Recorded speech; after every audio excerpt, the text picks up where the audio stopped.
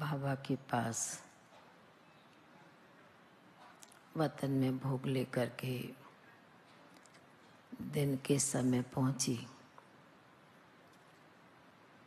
जैसे ही दिन के समय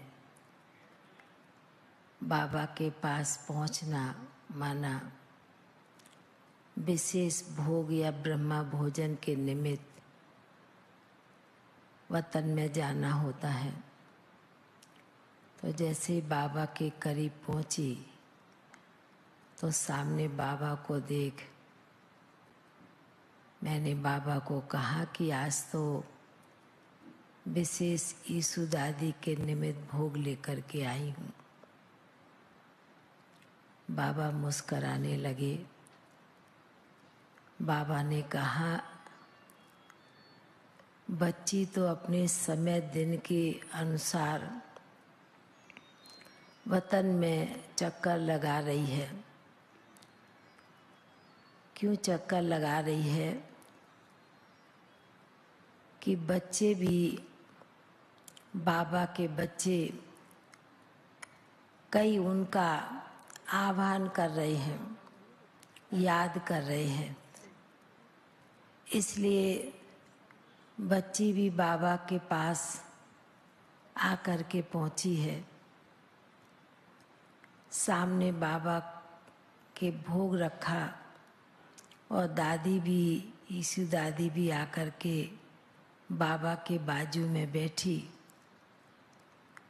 और एक सेकंड तो भोग को देखकर दादी कहती है, इतना भोग आया है।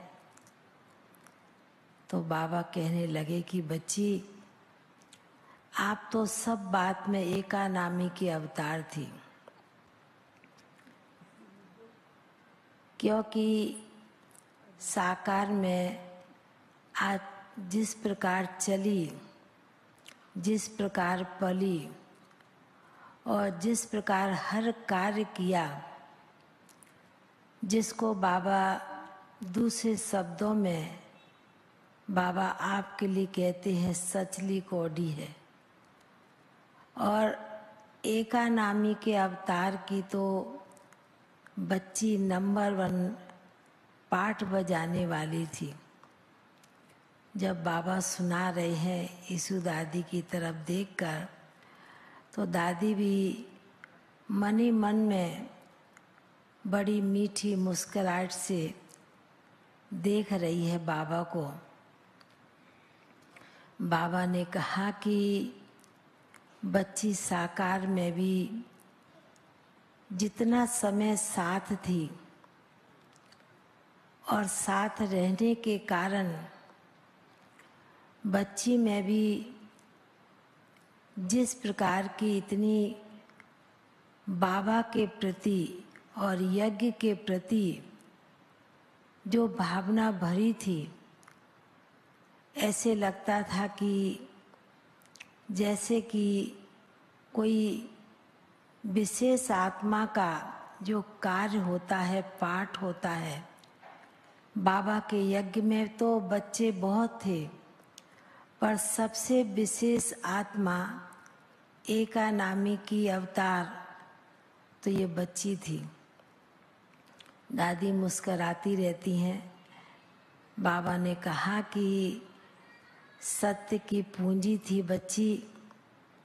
कोई बात भी इस बच्ची ने बाबा, मम्मा और दादी के साथ रहकर कभी कोई बात को छिपाया नहीं,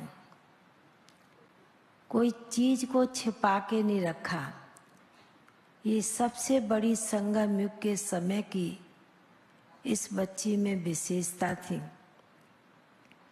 विशेषताओं की बाबा कहने लगे कि विशेषताओं की माला बाप बच्चों की बनाए तो भी कम पड़ेगी।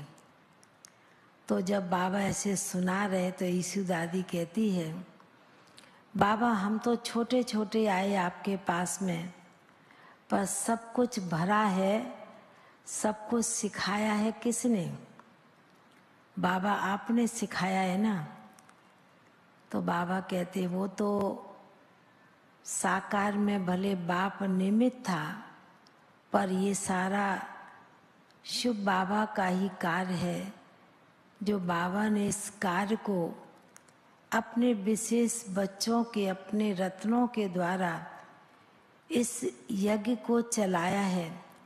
और उस यज्ञ में ये भी बच्ची विशेष निमित्त आत्मा बनी।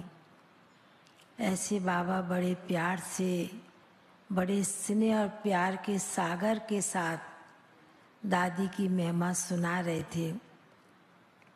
और ईशु दादी भी बड़े प्यार से बाबा की तरफ देख करके मुस्करा भी रही थी। कभी कभी गंभीर चेहरा भी सामने नजर आता था। तो बाबा ने कहा कि बच्ची, आज तो आपके लिए सभी की याद है, सभी ब्राह्मण बच्चों की, विशेष मधुबन वालों की, सभी की याद लेकर के पहुंची है और भोग आया है। तो बाबा ने जैसे कि भोग की थाली सामने रखते हुए दादी को बड़े प्यार से भोग भी स्वीकार किया। दादी तो जैसे कि कोई चीज़ स्वीकार करती थी और कोई कोई नहीं नहीं ठीक है ठीक है, हो गया हो गया। तो बाबा ने कहा कि नहीं बच्ची, आपके निमित्त आया तो कुछ तो स्वीकार करना ही होगा। फिर तो जैसे बाबा बड़े प्यार से भोग की थाली पर दृष्टि डालते हुए दादी को भी बड़े प्यार से भोग स्वीकार कराते रहे। फिर हमने दादी को कहा कि आज सभी बाबा के बच्चों ने विशेष याद दी है। तो कहती, मैं भी कभी कभी सूक्ष्म से याद करती हूँ और याद के साथ पहुँच भी जाती हूँ, क्योंकि इतना समय संगम युग का बिताया है ना ब्राह्मण बच्चों के साथ। ऐसे कहते हुए फिर कहती, मेरी सभी को बहुत बहुत स्नेह भरी याद प्यार देना। बाकी बाबा ने जिस स्थान पर जिस सेवा अर्थ भेजा है हमको, तो वहाँ तो मैं सेवा कर ही रही हूँ। ऐसे कहते हुए बाबा ने, दादी ने, दोनों ने ही बहुत स्नेह भरी याद प्यार सभी को दी और बाबा का और दादी का याद प्यार लेते हुए नीचे पहुँच गए। ओम शांति।